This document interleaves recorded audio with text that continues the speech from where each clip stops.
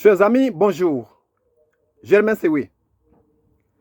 Quels sont les dégâts auxquels peut nous conduire l'injustice au sein d'un parti politique? Oui, quel impact l'injustice appelée partialité ou iniquité peut provoquer dans un parti politique? Beaucoup de gens en souffrent, d'autres en bénéficient, mais il faut qu'on en parle. Chers amis, nous allons donc analyser les dégâts de l'injustice au sein des partis politiques. Je veux dire les effets destructeurs de l'injustice dans les partis politiques. L'injustice est définie comme le traitement inéquitable des membres au sein d'un groupe peut avoir des effets dévastateurs sur un parti politique. Lorsque un parti politique fait face à des formes variées d'injustice, telles que la discrimination, la partialité ou le favoritisme, ces fondations même sont mises à mal. Premièrement, l'injustice érode la confiance des membres. La confiance est essentielle pour le fonctionnement harmonieux de tout groupe. Si les membres perçoivent des décisions biaisées ou des privilèges accordés à certains, ils perdent foi dans la direction et dans la mission du parti. Par conséquent, cela peut mener à une baisse de motivation et de l'engagement des membres. Chers amis, ils deviennent moins enclins à participer activement aux activités du parti, ce qui affaiblit naturellement la cohésion et le dynamisme du parti. Chers amis, ensuite, l'injustice au sein d'un parti politique crée des divisions internes. Lorsque une partie des membres se sent marginalisée ou désavantagée, des factions peuvent émerger, engendrant ainsi des conflits internes. Ces divisions, j'allais dire, affaiblissent le parti en diluant ses efforts et en détournant l'attention de ses objectifs principaux. En outre, ces conflits internes-là peuvent devenir publics, ternissant ainsi l'image du parti aux yeux du public et des électeurs potentiels. Chers amis, enfin, l'injustice peut entraîner des démissions et des défections. Des membres influents et respectés peuvent choisir de quitter le parti, emportant avec eux leur expertise et leur soutien. Cela non seulement affaiblit le parti sur le plan organisationnel, mais envoie également un signal négatif à l'extérieur, indiquant une instabilité interne. Chers amis, alors, les formes variées d'injustice à l'intérieur d'un parti politique ont des répercussions négatives profondes. Elles affectent la confiance, elles créent des divisions et peuvent mener à des départs significatifs.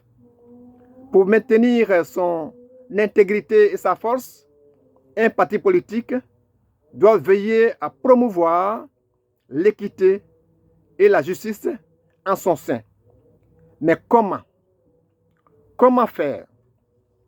Comment donc combattre l'injustice au sein d'un parti politique? Chers amis, pour combattre l'injustice au sein d'un parti politique, plusieurs mesures peuvent être mises en place. Voici quelques stratégies clés que nous allons présenter. Premièrement, il faut établir des règles claires et transparentes. Il est essentiel de définir des règles et des procédures transparentes pour toutes les activités du parti. Cela inclut quoi? Cela inclut les processus de sélection des candidats, les nominations internes et la prise de décision. Des règles claires réduisent les risques de favoritisme et de discrimination. Deuxièmement, il faut promouvoir la diversité et l'inclusion. Encourager la diversité au sein du parti politique permet de représenter un large éventail de perspectives et de réduire les biais. Je veux dire de réduire les erreurs systématiques dans la pensée, dans le jugement et dans la prise de décision. Cela implique, chers amis, d'inclure des membres de différents genres, origines ethniques et classes sociales dans les rôles de leadership. Chers amis, troisièmement, il faut mettre en place des mécanismes de plainte. Oui, créer des canaux sûrs et confidentiels pour que les membres puissent signaler des cas d'injustice. Un comité indépendant peut être chargé d'examiner ces plaintes et de prendre des mesures appropriées. Quatrièmement, il faut former les membres à l'éthique et à l'équité. Oui, organiser des sessions de formation régulières sur l'éthique, sur la diversité et sur l'équité pour sensibiliser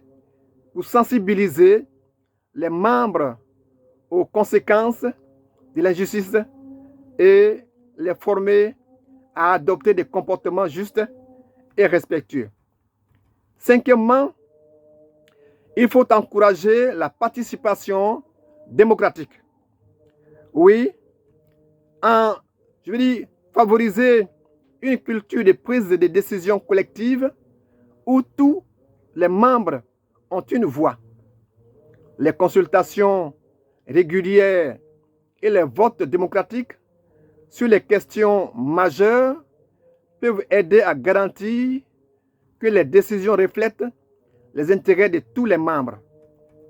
Chers amis, sixièmement, il faut sanctionner les comportements injustes, imposer des sanctions claires et proportionnées pour les comportements injustes. La tolérance zéro pour les actes de discrimination, de favoritisme et de harcèlement est essentielle pour maintenir un environnement juste. Et septièmement, il faut surveiller et évaluer régulièrement l'application de ces mesures. Mettre en place des mécanismes d'évaluation régulière pour surveiller l'application des politiques d'équité et d'inclusion. Chers amis, les audits internes et les retours des membres mettant, la lumière sur les dysfonctionnements et les pratiques de discrimination subies, cela peut aider à identifier les zones à améliorer nécessitant des ajustements ou de nouvelles stratégies. En mettant en œuvre ces stratégies, un parti politique peut renforcer l'équité en son sein, favoriser la cohésion et améliorer sa crédibilité auprès de ses membres et du public. Chers amis, lutter contre l'injustice n'est pas seulement une question de morale, mais aussi une nécessité pour le succès et la durabilité du parti politique. Je vous salue.